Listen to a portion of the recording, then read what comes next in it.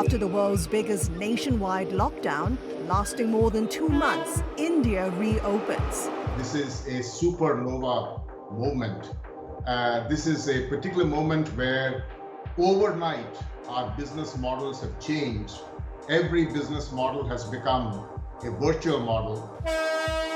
As crowds fill trains and streets once more, the pandemic is still wreaking havoc on all corners of the earth. Keshav Murugesh, Group CEO of WNS, reflects on the impact. This is a pandemic that is happening at the same time across the world. And while all of this is happening, not only do we have to make sure that we are delivering business continuity to every one of our clients, but at the same time, we are also focusing very strongly on making sure that our employees are safe globally. The business of WNS is BPM, or Business Process Management.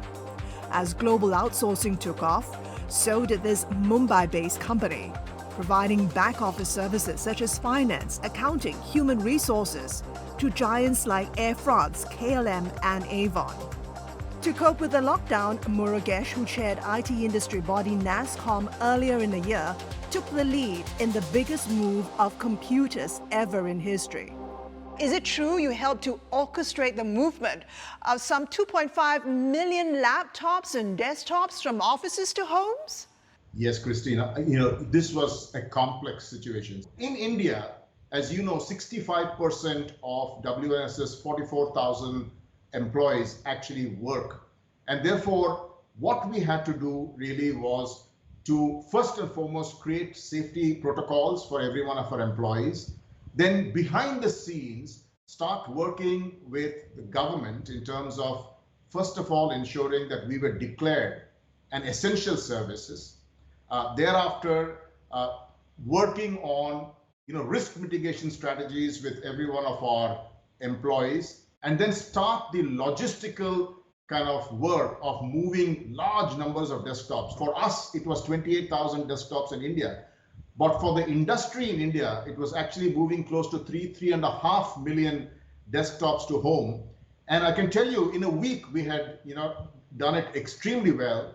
And in fact, a third party, HFS, actually, when they did a deep dive analysis, said that we had actually responded admirably.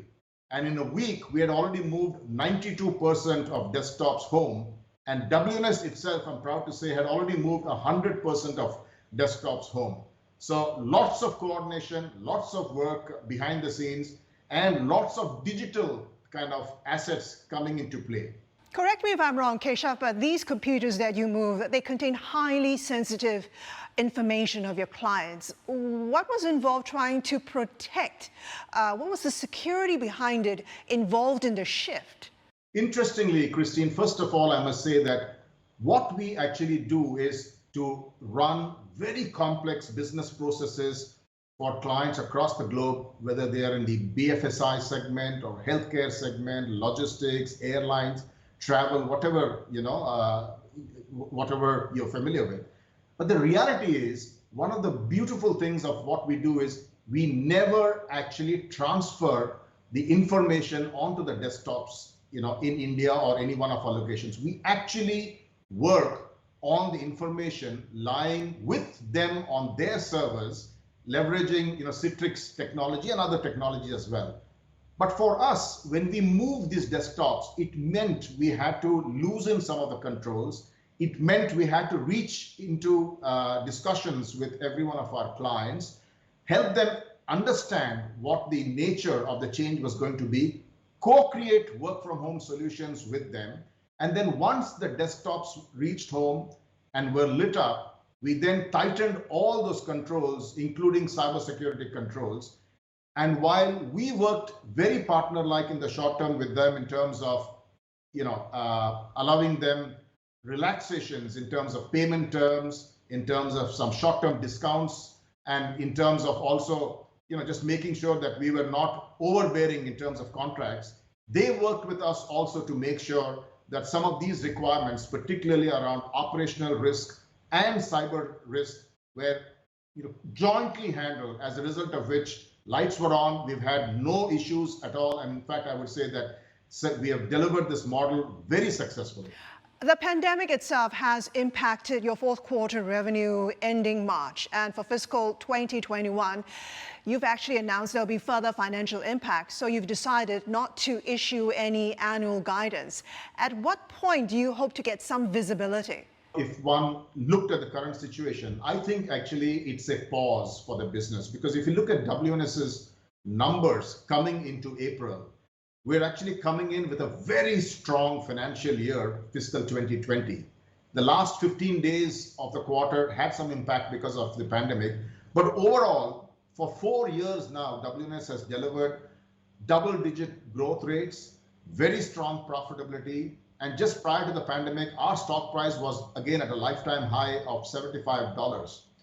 So at this point in time, if you just look at global business, you will realize that hardly any planes are flying, any hotels are open, any cruise lines are operating, and therefore the ability for us to recover from the current situation is very high. So I actually think that at this point in time, global business is just focused on managing the pandemic, making sure that essential services is available to citizens across the globe.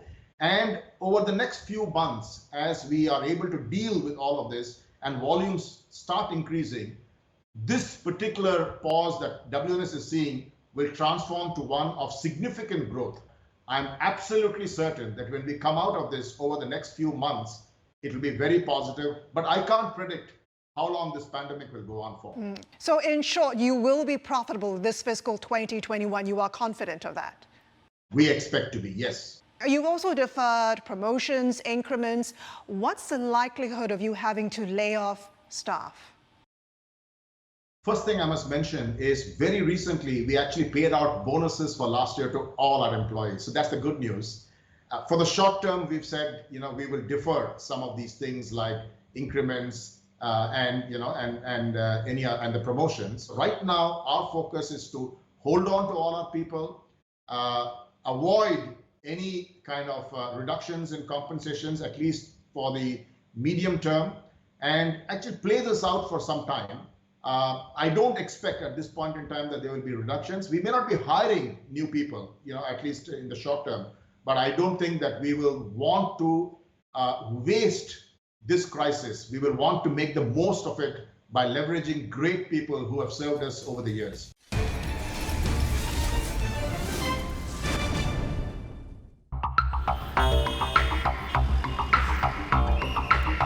Despite the world's biggest coronavirus lockdown, more people have died in India than anywhere else in Asia, including China.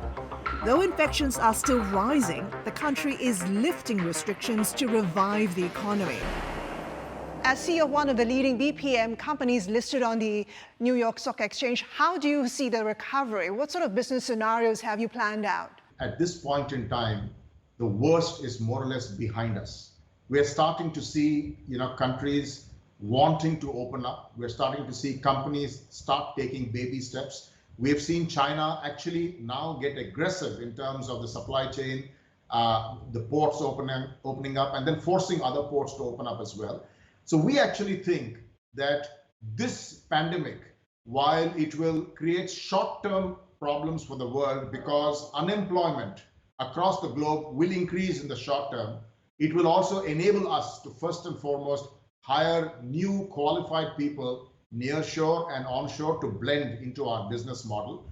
But overall, the demand for services will continue to be strong, essentially because every client who has dipped their toes in the model will want to save more, will want to transform their business models with a digital acceleration, will want to test new operating models with us.